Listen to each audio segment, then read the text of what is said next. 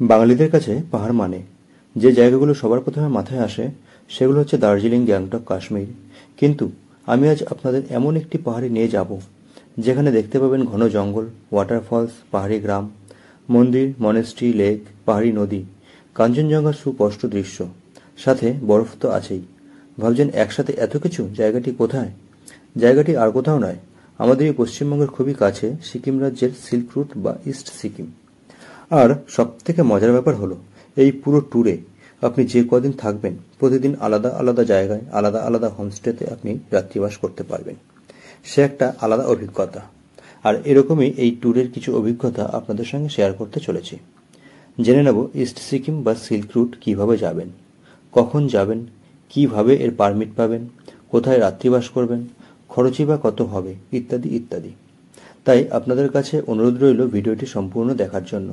ভিডিওর প্রথমেই বলে রাখি, আমরা কিন্তু এই টোটাল ট্যুর প্যাকেজটি করেছিলাম ফ্যান্টাসি হলিডেজের সৌজন্যে, এবং তাদের পরিষেবা এবং আতিথেয়তা আমাদেরকে মুগ্ধ করেছে। তাই আপনাদেরকেও বলবো, যদি আপনারা এই টোটাল ট্যুর প্যাকেজটি সম্পূর্ণ চিন্তামুক্তভাবে করতে চান তাহলে অবশ্যই যোগাযোগ করতে পারেন এই ফ্যান্টাসি হলিডেজের সঙ্গে। আমি এদের নাম ও ফোন নাম্বার ভিডিওর শেষে ডেসক্রিপশন বক্সে দিয়ে দিচ্ছি, আপনারা গিয়ে যোগাযোগ করে নিতে পারবেন। তাহলে ভিডিও শুরু করা যাক। ইস্ট সিকিম বা সিল্ক রুট বলতে আমরা কি বুঝি? সিকিমের পশ্চিম অংশকে মূলত ইস্ট সিকিম বা সিল্ক রুট বলা হয়ে থাকে।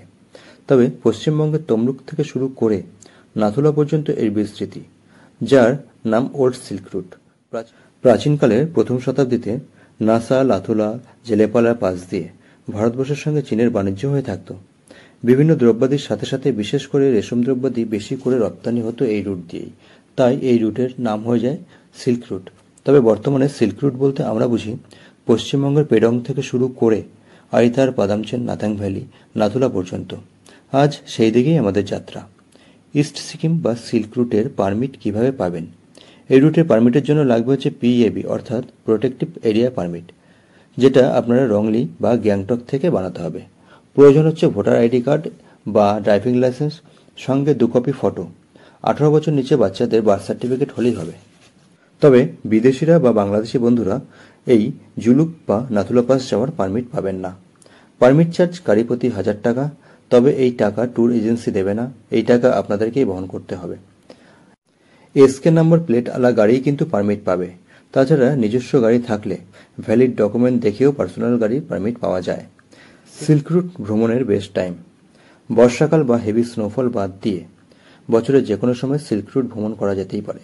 তবে বরফ দেখতে হলে আপনাকে যেতে হবে ডিসেম্বর থেকে এপ্রিলের মধ্যে। এছাড়া সেপ্টেম্বর থেকে নভেম্বর হচ্ছে মনোরম ওয়েদারের জন্য। এই সময় কাঞ্চনজঙ্ঘার সুস্পষ্ট দৃশ্য আপনারা দেখতে পাবেন। এই ইস্ট সিকিম ট্যুর বিভিন্নভাবে করা যেতে পারে। আপনি সিলারিগাঁও থেকে শুরু করে পাদামচেন, জুলুক হয়ে শেষ দিন ঋষিকোলা থাকতে পারেন, অথবা ঠিক এর উল্টোটিও করতে পারেন।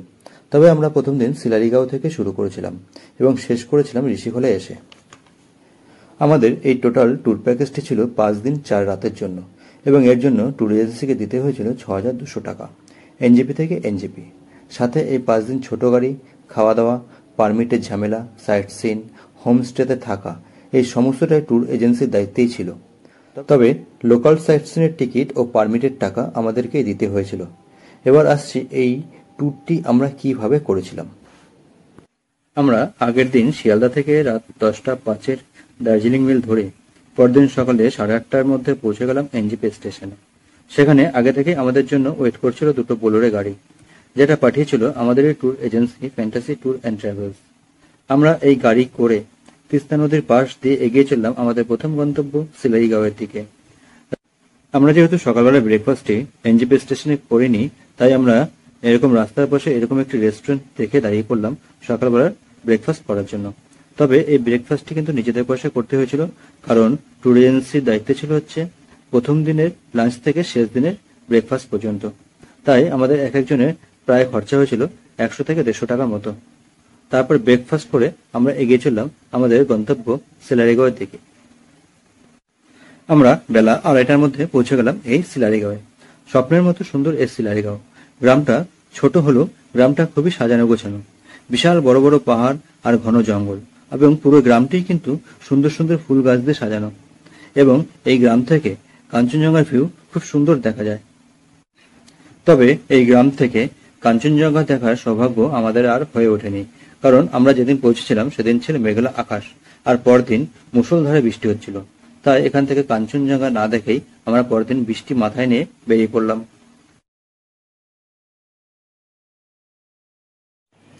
চলে আসলাম ডে 2-তে। সকাল সকাল সিলারিগড় হোমস্টে থেকে লুচি আলুদম খেয়ে বেরিয়ে পড়লাম দালাবচাঁদের উদ্দেশ্যে। এবং এই দালাবচাঁদ যাওয়ার পথে যে কটা সাইট সিন পড়বে আমরা দেখে নেব। প্রথমেই আমরা চলে আসলাম রেনেক শহরের সেই বিখ্যাত গণেশ ঠাকুরের বিশ্ববিনায়ক মন্দির দেখার জন্য। এই মন্দিরের বিশেষত্ব হচ্ছে এখানকার গণেশ মূর্তিটি 16 হাত বিশিষ্ট এবং পাহাড়ের মাথায় এত সুন্দর মন্দির দেখে আপনি অবাক হয়ে যাবেন। এরপর চলে আসলাম মাঙ্কিং ভিউ পয়েন্টে। চলে এসেছি আরিতার লেকের এখানে একটি ভিউ পয়েন্ট আছে, মাঙ্কিং ভিউ পয়েন্ট। আমরা এখন যাচ্ছি সেই মাঙ্কিং ভিউ পয়েন্ট। এখান থেকে কাঞ্চনজঙ্ঘার ভিউ খুব সুন্দর দেখা যায়। ওই যে কাঞ্চনজঙ্ঘার হালকা একটা ভিউ দেখা যাচ্ছে। ঠিক আছে, মেঘলা আকাশের জন্য আমরা কাঞ্চনজঙ্ঘার ভিউ ভালোভাবে দেখতে পাইনি, তবে এই ভিউ পয়েন্ট থেকে আরিতার লেক বা লাম্পুখরি লেক দেখতে বেশ দারুণ লাগে। পুরো লেকটি এখান থেকে স্পষ্ট দেখা যায়। এটি হচ্ছে সিকিমের একমাত্র উচ্চতম লেক যেখান থেকে বোটিং করা যায় এবং এই বোটিং এর জন্য লাগে পার হেড 100 টাকা করে। লেক দেখে আমরা চলে আসলাম এখানকার আরো একটি মনেস্ট্রি দেখতে। এই মনেস্ট্রির নাম হচ্ছে বেহুট কুম্ফা মনেস্ট্রি। আমাদের যাওয়ার পথে পড়ে গেল, তাই এটাও একবার দেখে নিলাম। এই মনেস্ট্রি দেখে আমরা চলে যাব আমাদের হোমস্টে দালাবচাঁদে। চলে এসছি আমাদের হোমস্টেতে দালাবচাঁদে। এই হচ্ছে আজকের আমাদের হোমস্টে। আজকে আমরা এই হোমস্টেতে রাত কাটাবো। ঠিক আছে, চলো ভেতর দিয়ে দেখাচ্ছি। তুমি কি খাচ্ছ? চিকেন কষা আর রুটি।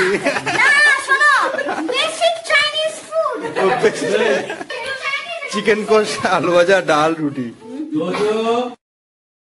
তাহলে আজকের মতো গুড নাইট, আবার দেখা হবে আগামীকাল সকালবেলা। চলে আসলাম ডে 3-তে। আজকে আমরা যাব পাদামচেন। তবে পাদামচেন যাওয়ার সময় একটি খুব সুন্দর ফরেস্ট পড়বে, সেই ফরেস্টের ভেতর দিয়ে আজকে আমাদের যেতে হবে। তবে এই ফরেস্টে যাওয়ার জন্য আমাদের প্রত্যেককে ফরেস্ট ডিপার্টমেন্টকে 55 টাকা করে দিতে হবে।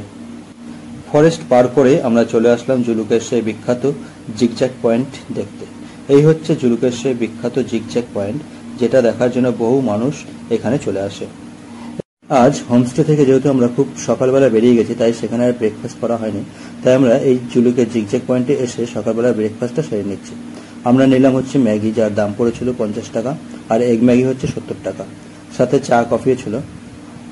এখান থেকে আমরা সকালে ব্রেকফাস্ট করে আবার কিছুক্ষণ এই জিগজ্যাগ পয়েন্টে সময় কাটিয়ে আবার বেরিয়ে গেলাম হচ্ছে আমরা পাহাড়ের আরো ওপরের দিকে। আমরা একদম এই পাহাড়ের একদম শেষ প্রান্তে চলে এসেছি, যেখান থেকে আর কোনো পাহাড় নেই, একদম পাহাড়ের টপ। এই জায়গাটাকে বলা হয় কুপুপ ভিলেজ এবং এই কুপুপ ভিলেজের ওপর থেকে কুপুপ লেক খুব সুন্দরভাবে দেখা যায়। চলুন দেখাচ্ছি। এই হচ্ছে সেই কুপুপ লেক বা এলিফ্যান্ট লেক। যেহেতু এটা হাতির মতন দেখতে, তাই এর নাম হচ্ছে এলিফ্যান্ট লেক। এখানে আমরা বেশ কিছুক্ষণ সময় কাটালাম, ছবি তুললাম। এই এতক্ষণ মেঘলা ছিল, এখন আবার রোদ্দুর উঠে গেছে। মানে পাহাড়ের এই যে ওয়েদার কখন চেঞ্জ হচ্ছে মানে বলা যায় না। হঠাৎ মেঘ, হঠাৎ বৃষ্টি, হঠাৎ রোদ। মিনিটে মিনিটে পাহাড়ের ওয়েদার চেঞ্জ হয়ে যাচ্ছে। আর সেইভাবে আমাদের মিনিটে মিনিটে আমাদের ফটো সেশন শুরু হয়ে যাচ্ছে। কখনো রোদে ফটো হচ্ছে, কখনো ছাওয়ায় ফটো হচ্ছে, কখনো। আপনাদেরকে আরেকটি কথা বলে রাখছি, যেহেতু এই কুপুপ লেকের উচ্চতা প্রায় 13,000-এর কাছাকাছি, তাই এখানে সামান্য শ্বাসকষ্ট হলেও হতে পারে। তাই আপনারা সেইভাবে প্রিপারেশন নিয়েই আসবেন। আমাদের আজ গাড়ির পারমিট এই পর্যন্ত ছিল, তাই আমরা আর ছাঙ্গু লেকের দিকে যেতে পারবো না। আপনারা যদি এখান থেকে ছাঙ্গু লেক, নিউ বাবা মন্দির হয়ে নাথুলা পাস যেতে চান, তাহলে কিন্তু যখন আপনারা পারমিট করবেন তখন এই 3টি জায়গা অ্যাড করে নেবেন। টাকা ওই 1000 টাকার মধ্যে হয়ে যাবে। তাই যখনই আপনারা পারমিট করবেন এই 3টে জায়গার সঙ্গে অ্যাড করে নেবেন, আপনি যান চাই না যান। তবে গাড়ির ড্রাইভারকে এর জন্য এক্সট্রা কিছু পেমেন্ট করতে হয়, সেটা জেনে নেবেন কত পেমেন্ট করতে হবে। আমরা এই কুপুপ লেক দেখে নিচের দিকে নেমে আসলাম ওল্ড বাবা মন্দির দেখার জন্য। ভারতীয় সেনায় কর্মরত বাবা হরভজন সিং 1868 খ্রিস্টাব্দে একটি দুর্ঘটনায় মারা যান। পরবর্তীকালে তারই স্বপ্নাদোষে তারই ব্যবহার করা এই বাংকারটিকে একটি মন্দিরের রূপ দেওয়া হয়। বর্তমানে এটি সিকিমের একটি অন্যতম পর্যটন কেন্দ্র হয়ে উঠেছে। এই ওল্ড বাবা মন্দিরের রাস্তা বছরের বেশিরভাগ সময় বরফে ঢাকা থাকে, তাই একে অনুকরণ করে আরও একটি নতুন মন্দির করা হয়েছে, যার নাম দেওয়া হয়েছে নিউ বাবা মন্দির, যেটি ভারতীয় সেনা দ্বারাই পরিচালিত হয়। ওল্ড বাবা মন্দির দেখে আমরা চলে আসলাম নাথাং ভ্যালিতে। এই নাথাং ভ্যালি কিন্তু বর্ষার পরে এই পুরো ভ্যালিটি রং বেরঙের ফুলে সেজে ওঠে, তখন এই ভ্যালিটি দেখতে বেশ দারুণ লাগে। এই নাথাং ভ্যালি দেখে আমরা চলে আসলাম আমরা পাদামচেনের আমাদের হোমস্টেতে। এই হচ্ছে আমাদের হোমস্টে। এই হোমস্টেতেই আজকে আমরা থাকবো। খুবই সুন্দর এই হোমস্টে, পেছনে সুবিশাল পাহাড়, দেখতে বেশ দারুণ লাগছে। দেখতে দেখতে রাত হয়ে গেল, এখন ডিনার করতে হবে, চলুন।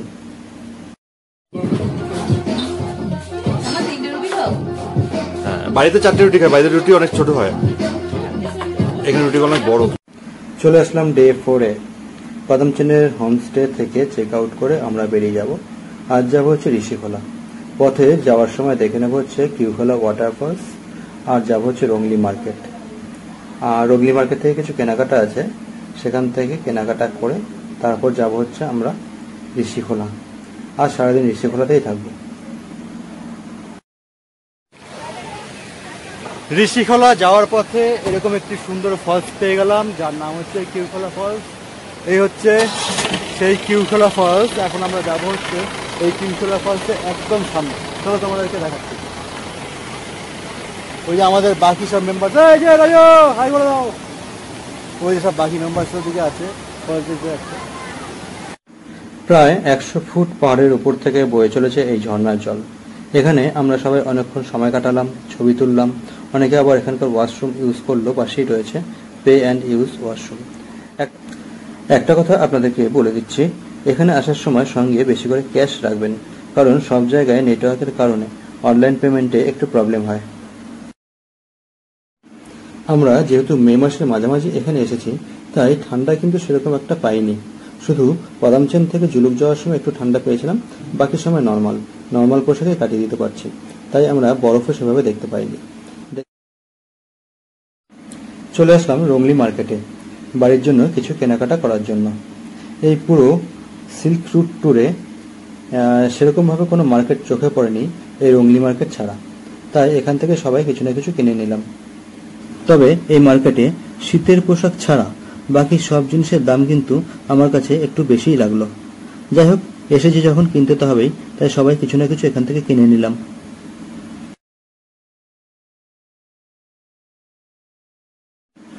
চলে এসেছি ঋষিখোলায়। দুদিকে বিশাল বড় বড় পাহাড়, আর মাঝখানে বয়ে চলেছে ঋষি নদী। দেখতে বেশ দারুণ লাগছে, একটি অ্যাডভেঞ্চার জায়গা। তাহলে ঋষিখোলায় এই হচ্ছে আমার হোমস্টে। আজকে সারাদিন এখানে থাকবো, রাত্রে এখানে নাইস্টে করবো। কালকে সকালবেলা এখান থেকে টিফিন করে বেরিয়ে যাবো হচ্ছে আমরা এনজিপির উদ্দেশ্যে, তারপর সেখান থেকে যে যার বাড়ি। হ্যাঁ,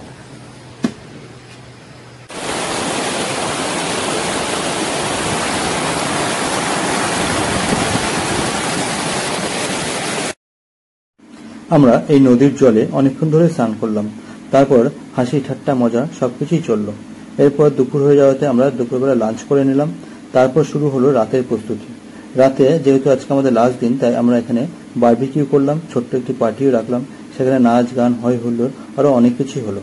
তাহলে আপনারা যদি রাতে এরকম বারবিকিউ করতে চান, তাহলে হোটেলে কর্মরত যিনি থাকবেন তাকে বলে রাখবেন, তিনি সব ব্যবস্থা করে দেবেন। তবে এর জন্য এক্সট্রা চার্জ লাগবে। আমাদের যেমন লেগেছিল পার কেজি মুরগিতে 1000 টাকা করে, টোটাল আমাদের 3000 টাকা লেগেছিল এই টোটাল বারবিকিউ করার জন্য। চলে আসলাম ডে 5-এ।